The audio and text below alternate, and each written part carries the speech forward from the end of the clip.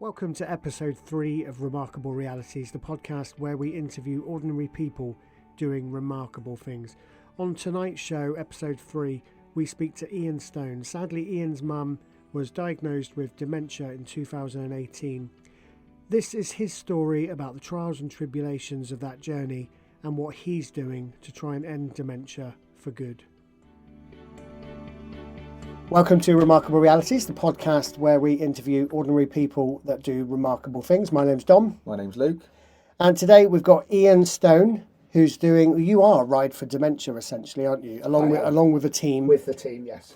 You're riding from Torquay or Paignton in Devon to Rome in Italy. Yes. 1,336 miles. Yes.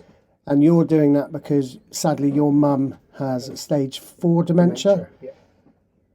I had a look at your website earlier and it chilled, even now, it chilled me. Something you put, the illness is stealing her soul. And honestly, mate, when I read that, I went cold at my computer at work. Tell us a little bit more about your mum and the story so far. So, mum was diagnosed with dementia in 2018. I was very naive to dementia and Alzheimer's. Yeah. And I think a lot of us are, and still am, because it's not a disease or a condition that's talked about a lot. No. Sadly, in 2020, my dad passed away, and I become my mum's full-time carer. Yeah. Moving her from Somerset down to Paignton, into the family home. One of the hardest things I've ever had to do, and to watch my mum go downhill so fast was soul destroying. You know, from a loving, caring, gentle mum. What's your mum's name? Susan. Sue. Tell me a little bit about Sue. So, Susan Betty Jones Stone is actually her name on that, and do you know what? It makes me chuckle every time I say that. Like I say, mum, what is she? 5'3". I've seen the pictures. She's dinky. Yeah. She's always weighed around 7 stone. Wow. Obviously, I had 2 brothers, and for her it was pretty tough looking after 3 boys that were always scrapping and playing rugby and going out drinking as young teenagers, as such, or late teenagers. And so, you know, from that point of view, it's quite tough on her bringing up three young boys. Mum, like I say, was always a loving, caring mother. You know, especially back in the 80s. So stage 4 now, and you're absolutely right. And I think a lot of people don't know about it because I think everyone's a little scared of it. And if we don't look at the demon won't get us, so to speak, which of course we know isn't true. What is stage 4 as opposed to from diagnosis to stage 4? Stage 4 is when they have no recollection of who you are, where they are, what time of life they're in. They're just trapped in this horrendous world of knowing nothing. She doesn't know who I am. She doesn't recognise me. Horrendous, I think is the only word. Is stage 4, like there's no remembrance at all? So is there times where she does remember, or she might come out of the odd thing sometimes, like that? I went and saw her the other day, and oddly she calls me Dad, and when she says Dad, I know she must recognise or see or smell something that takes her back, and that's quite settling for me. You know, because I think she knows I'm here. Yeah, she's getting comfort just out of a presence, even though it's not your presence. Yeah. So the stage 4, to be fair, as much as she doesn't know you're there and she can't communicate, it's a lot better than stage 1 or 2. Okay. Because stage 1 or 2 is when you're going from having a normal understanding of a memory and life, but then you're flirting in between not knowing. That must be the scary time. The frustration. And then the anger comes and the confusion comes, and they're just flipping in and out. And when you speak to all the professionals and the carers, that is the worst stage. when they're transiting from one to another. So does it start from like stage 1, stage 2? Does everyone go through the same Yes, process? they all go through So the you wouldn't- stages. Some are quicker than others. Okay. Unfortunately, I won't mention his name, but a friend of mine's dad's gone downhill within months, where mum was over a few years. Yeah. Lots of things can affect him and move it along quite quick, like losing her husband. That had a massive impact, and then she took a massive dip. Just trauma on trauma. Trauma. Moving her from Somerset to It's Devon, another trauma. because she's trying to get her head round of, it's a new home, new faces, new Unfamiliar everything. surroundings. Yeah, and it all adds a bearing on it. Yeah. It's horrendous. We've had some fantastic, remarkable, amazing, brave people on the show so far this season. You absolutely add to that list.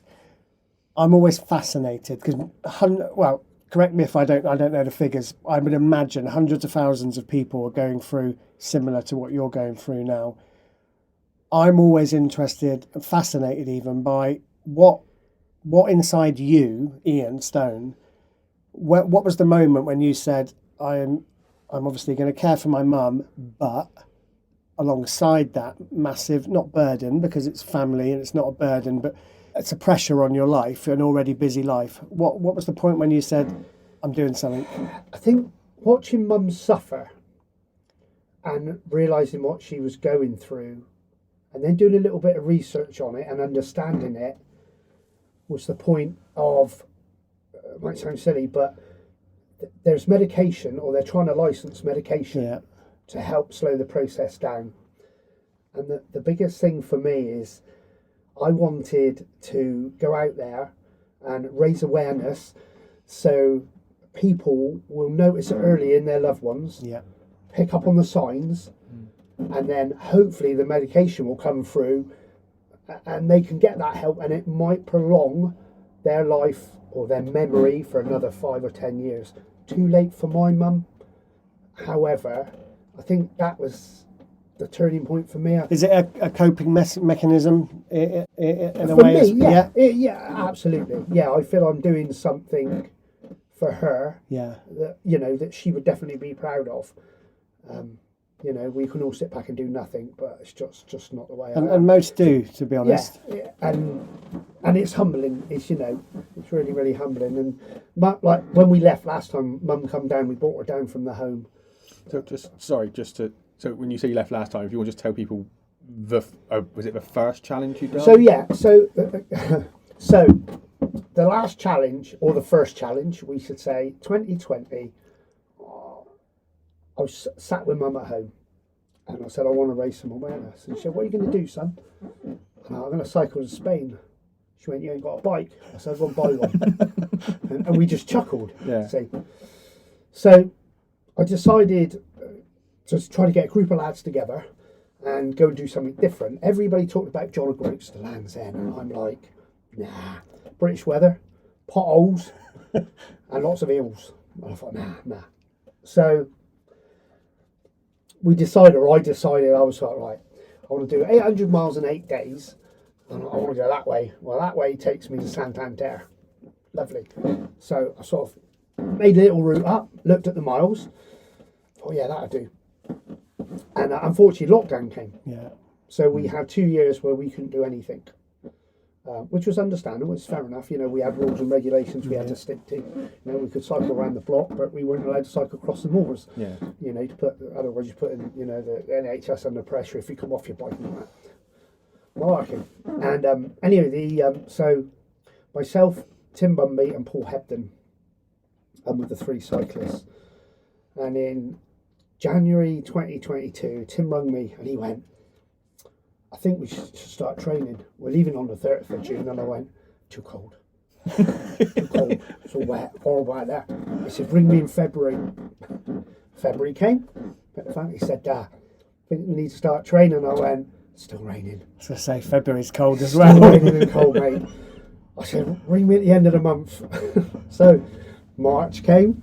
And he rang me. I went, yeah, give it a couple of weeks, warm up. So yeah, it was around the second week of March we started training. And you leave it in June. Well, June the 30th, yeah. Unfortunately, I thought I was quite slim. I didn't think I was that overweight. And looking back at the photos over the last few days, I'm like, wow. I was over 17 stone in weight. So we ended up doing 400 training miles. But in that 400 training miles, there was only one 100 training mile. Right. And you actually do 100 miles a day. A day for 8 days.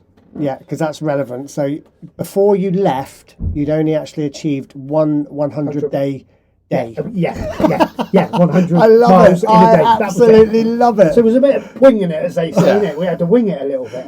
And How did you feel after that 100 miles? Oh, physically, I assume you felt a bit sore, but how did you feel mentally breaking that hurdle? Because 100 miles is a massive number.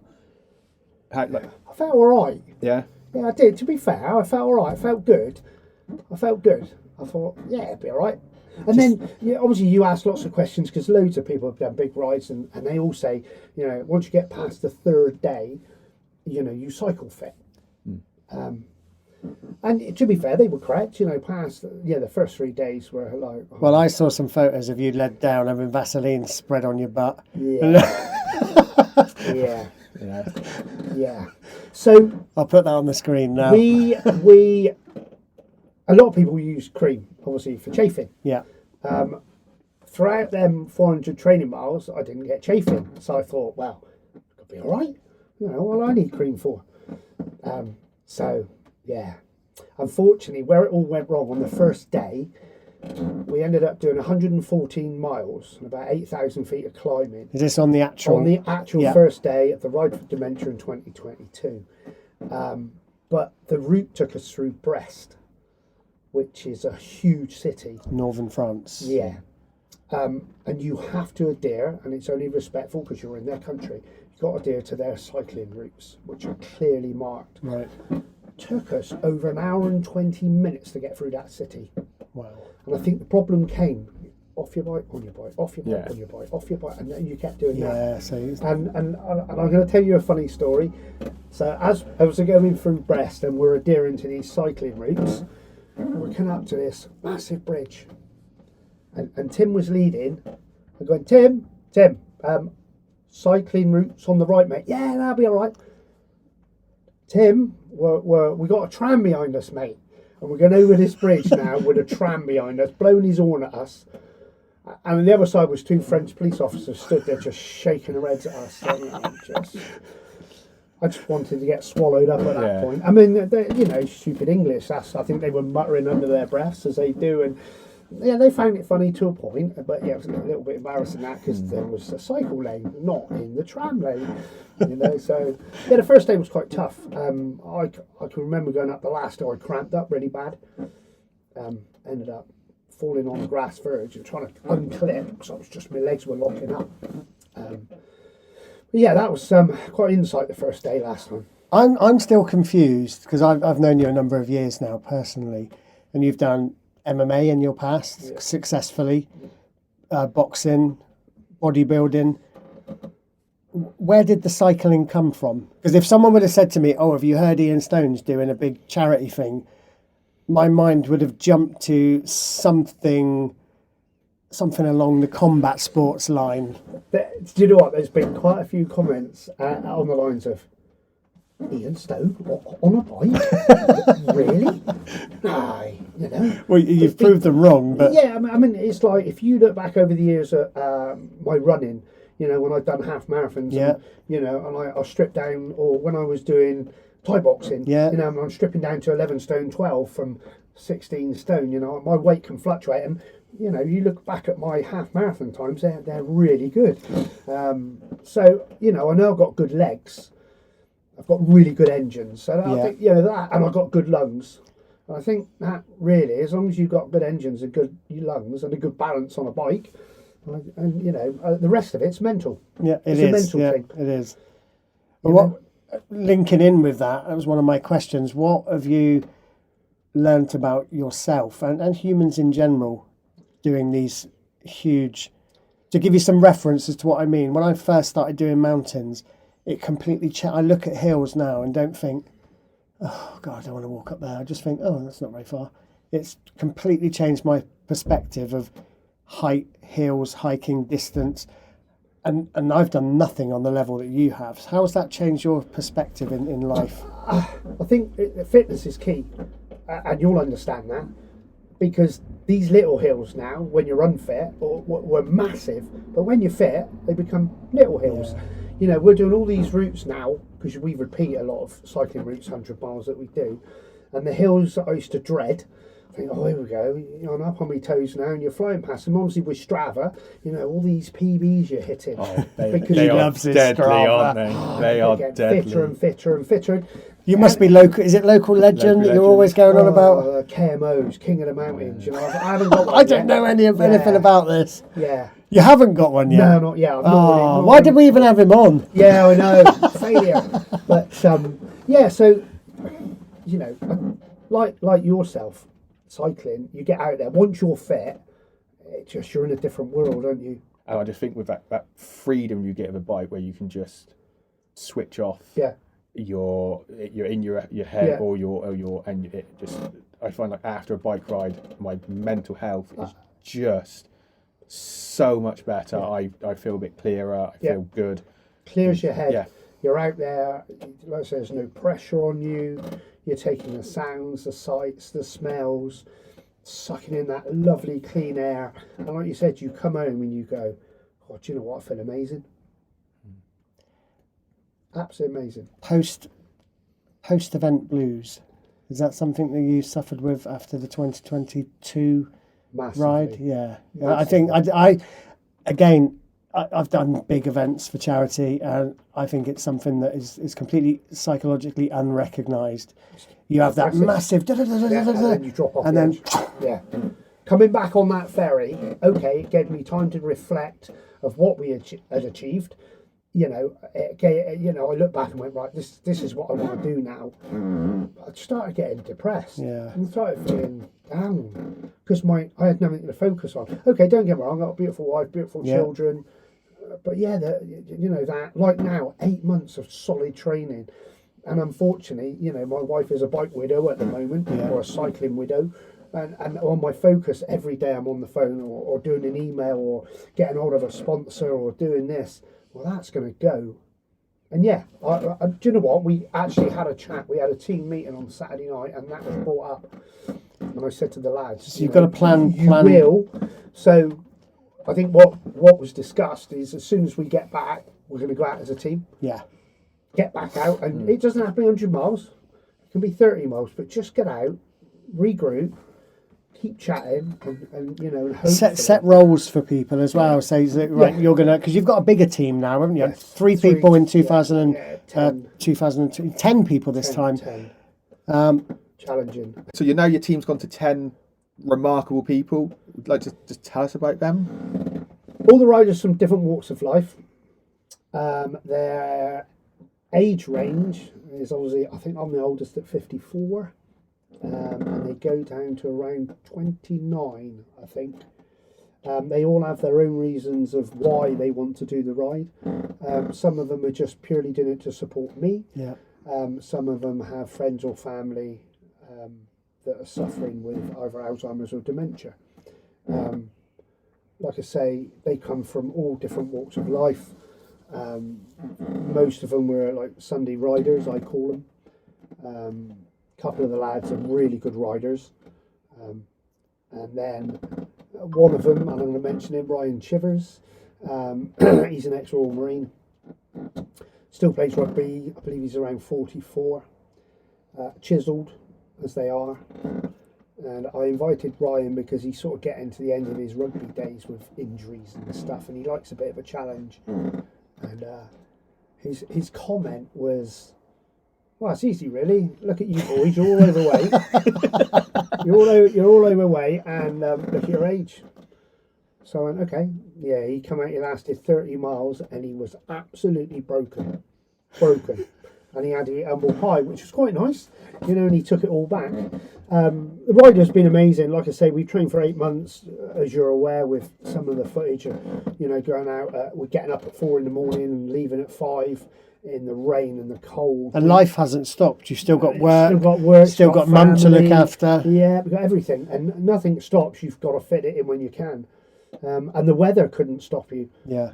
We had to get them winter. Well, you rode here tonight. Yeah, get them winter miles in makes a vast difference when you're in the summer. You mentioned that you're all into it for similar reasons, some just to support you. What does success look like at the end of Ride4Dementia 2024? Success is getting there safe. Yeah. All in one piece, and all of us finishing the ride. I think that is success. Yeah. For me, is the awareness. Honestly, is so put it into simple terms. So last time when we finished, the last photo had 55,000 hits online. Wow. That meant more to me than anything. Yeah. Because 55,000 people were talking about it. Yeah. That's massive. And that's raising awareness. Okay, like we said, we raised 21,100 between three of us, a colossal amount of money.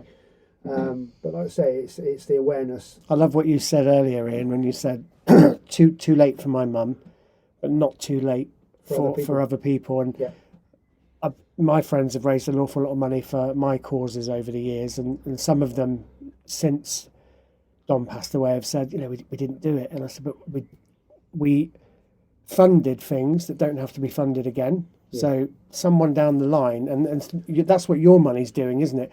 You'll be paying for clinical trials that haven't worked or been in time for your mum, but they're going to, if that clinical trial failed, they don't have to fund that clinical trial again. They've tried it, it's not worked, they move on to the next one. They learn a little bit from this and take that forward. Yeah. So all the funding is used really effectively. Sadly, not in time for your mum. No, no. But like I say, hopefully in time, and God forbid any parents or any aunties or uncles get it, because it's not nice. But if they do, hopefully by then there will be a medication that will slow the process down. So I learned from your website today that, and I didn't know this, dementia is an umbrella term for lots and lots of neurological degenerative diseases, isn't it? Yeah. Alzheimer's, Parkinson's, is that? Yeah, I believe it comes under the same umbrella.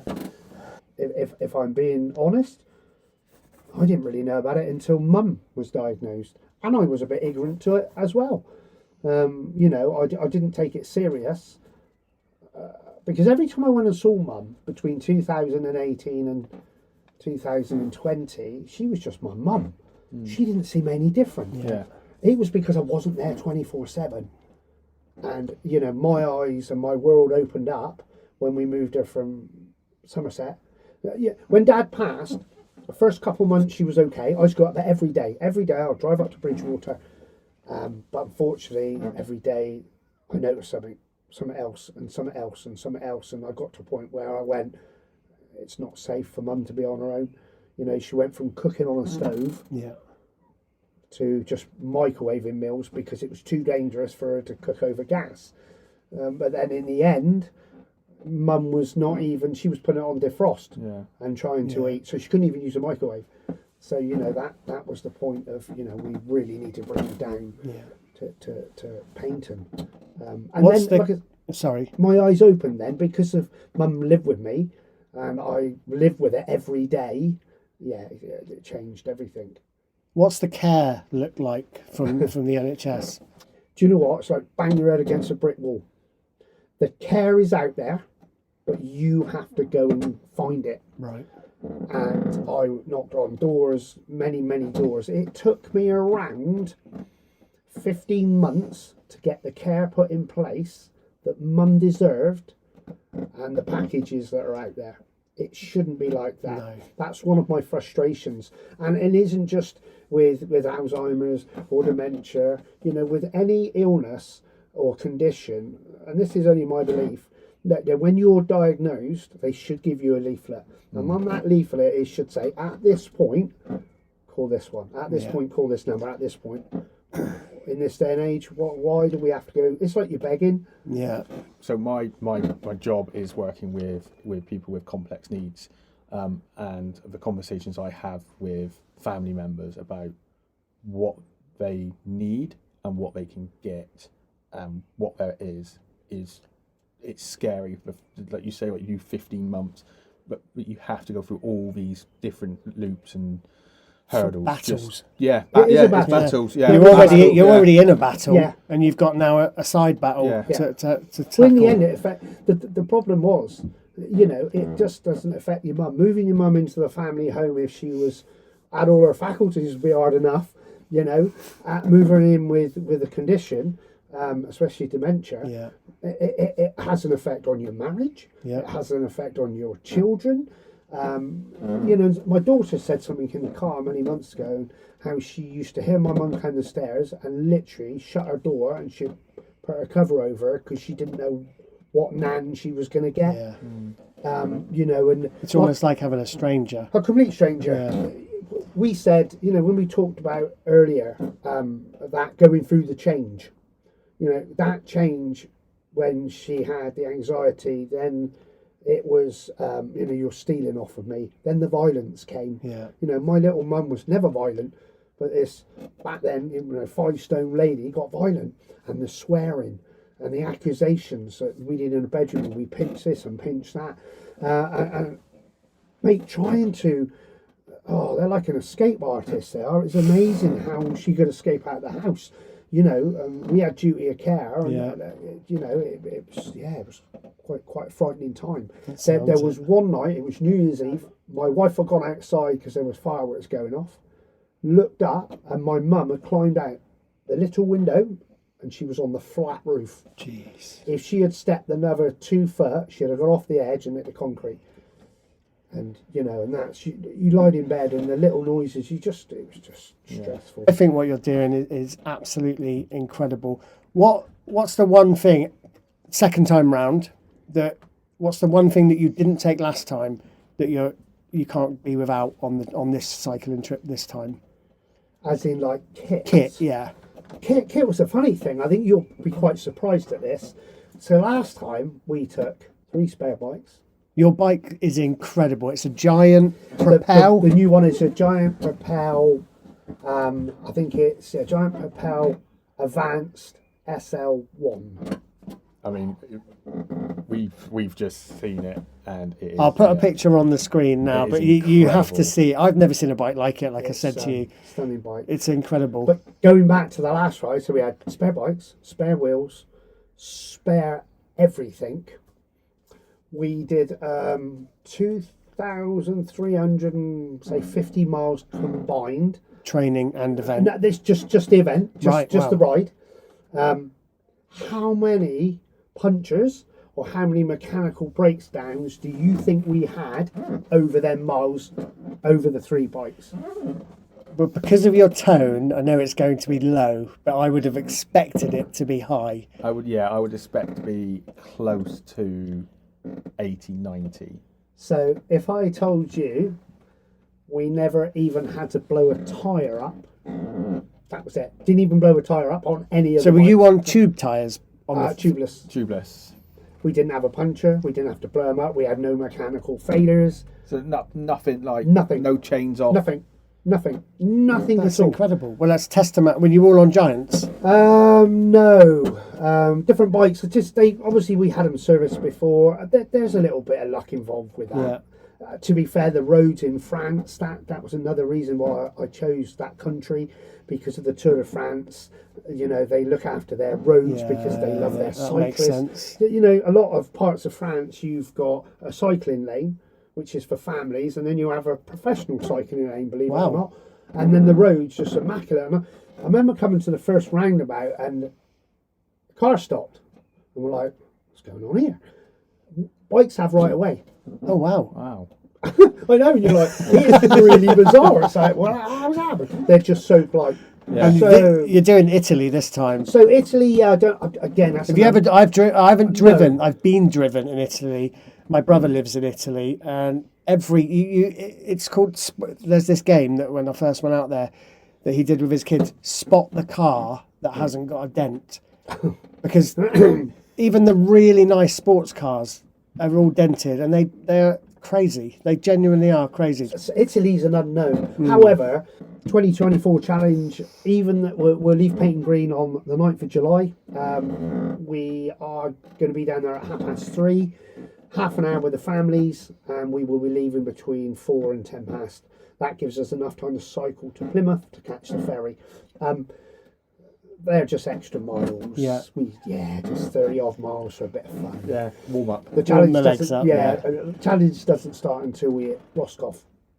We have then 4 days of cycling of 150 miles a day. Oh, so you've upped it this year. So upped it, yeah. So so to achieve the 1,336 miles over the 10 days, the miles are completely different. Yeah. And the time in the saddle is completely different. The first 4 days, most days are 150. There is one day that's 161, and you're up around 8,000 feet the first day, 7,000 feet the second day. That's total, elevation that we'll be riding. And then it drops down to about 5 and then 5. So that's the first 4 days. And you've got some really tasty riders. Got a couple of tasty riders, so I decided to chuck in one of the most iconic, famous hill climbs in the Tour de France, called Alpe d'Huez. We hit Alpe d'Huez is the first hill when we hit the Alps. What day's that on? That it will be day 5.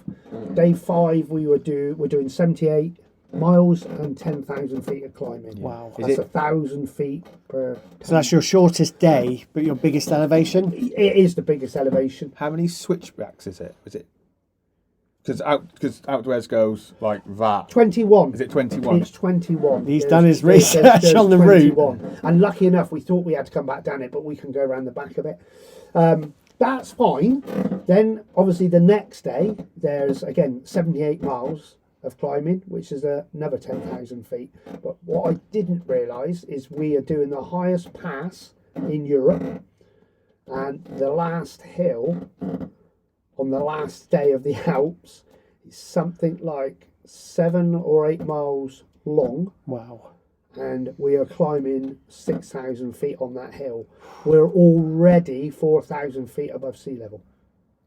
So the oxygen up there and the air temperature is going to be really cold. And that's something you can't train for either. You can't train for that. No, Not not well, here. we're saying that the winter rides, it was cold. Well, temperature-wise, but the elevation gain you're going to have. The shortness of the breath. You got a support van? Yeah, we've got a support van. The driver's a medic. Perfect. And the only great thing, our campsite is about 10 miles off the top of that pass. And then the next day we've got around 38 miles downhill to Nice, which is quite nice. How can people watching, how can they find you and what you're doing, even if it's awareness, like you said, but if they've got a few pounds, if they want to support, bring your total Facebook, up. Ride4Dementia. Yep. But obviously it's Ride with a numeral 4. Yep. And then we've got an Instagram page, which is the same, Ride4Dementia. On there, there's the Just Giving page, Ride4Dementia. I would imagine you could type it in Google and find Ride4Dementia, Just Giving page. For me, all I ask is you follow us, you like the page, and you share it. That for me is good enough. If you have a few spare pennies and you can chuck it in the Just Giving page, that would be amazing. We've had some amazing sponsors. I've got to give a big shout out to RevComps. A lot of people know RevComps. Is that a local firm? Yeah, they're a family-based auction. What do they call it? It's not auction, is it? You buy a ticket, a raffle ticket. It's like a raffle, and you can win a car or a motorbike. Oh yeah, I've seen them. RevComps, Yeah. Robbie and his dad. So I've designed this kit. And they sponsored it. It's like really cool. $3,000 for the kit for all the lads. Bricks and Fish Key, they've been amazing. They've sponsored the dry robes. They paid for the transport on the ferry. And they've chucked a few £100 in the bank. Boss Scaffolding have been amazing. They've paid for the fuel. There's a list of sponsors. Juicens and Interline. They've bought us. So massive companies and small companies. Yeah, small companies, family-run companies, national companies. You know, people locally have been amazing. You know, there's sponsors that I'll forget that I should have mentioned, as you always do. So we've had so many sponsors. Like I say, I can't remember them all or mention them all, but at the end, we'll get Don to put them up and pop them up on the page so you can see what amazing people they really are. Because without the sponsors, it's not doable. Yeah. And I've got to really thank on this point, really, the driver, Scott. Without Scott and without Andy, we can't ride. Yeah, it's because you've got to have a support crew. Teamwork. You know, they have to drive that vehicle. Are you connected during the ride? Are you connected with radios? No, the only thing we're linked in is Garmin. And to be fair, what we do is use WhatsApp location. Yeah. So at any point, and we're all linked, the riders as well. We've done ours through Strava. So, you know, if we got split up, everybody can see where they're to. Yeah. That shouldn't happen because we ride as a team. Differences for the support crew, because obviously once we pack down, or they pack down, we set off to ride, they'll pack down the tents and everything, or event shelters. Yeah. And then they'll go to a hypermarket, grab a load of fresh food, because that's always difficult to keep. Yeah. And they'll meet us. We won't know where they're going to meet us. We'll be just cycling along, and they will just boom pop up, and they'll be there, and we'll just go over quickly. And again, the brakes have to be like military position, otherwise we'll be riding for hours and hours and hours, and we'll be doing that. You were talking earlier about, you know, post-event blues and stuff. Is there something in the back of your head for the next one, or are you solely focused on this one? So, we're solely focused on this one. But there's a seed. I can see there's a seed. It's planned out. I mean, I'll be riding again in 2026 to Stockholm in Sweden. Oh, wow. Nothing's been really planned, but that's the end destination. Yeah. I know it's around 1,600 miles, 1,600 miles. Yeah, 1,600 miles. And yeah. So we could be talking to you in 10 years' time, and you're saying we're riding to Moscow. And then we're riding. Yeah, I won't go to Moscow, but so 2028 we're riding to Athens. That's around 2,000. That's further down. Yeah, further down past Croatia, left a bit over that way. So that's 2,300 miles. So Ride4Dementia has a future. Ride4Dementia has a massive future. Ian Stone, the cyclist, has a limit. His challenge is the 2030 ride. So that's 5,500 miles in 55 days across America. But when Ian Stone can't cycle, Ian Stone plans, and Ian Stone does the driving, and Ian Stone does the organising. I can see this going on and on. I want to make it become an annual thing then, and maybe 2 rides a year for all abilities and different people that want to go out and raise awareness and raise money. That's fantastic. That's sort of the dream, really. Ian, what you're doing is remarkable. You're remarkable. Your mum sounds remarkable. Thank you so much for coming on today and talking about your story.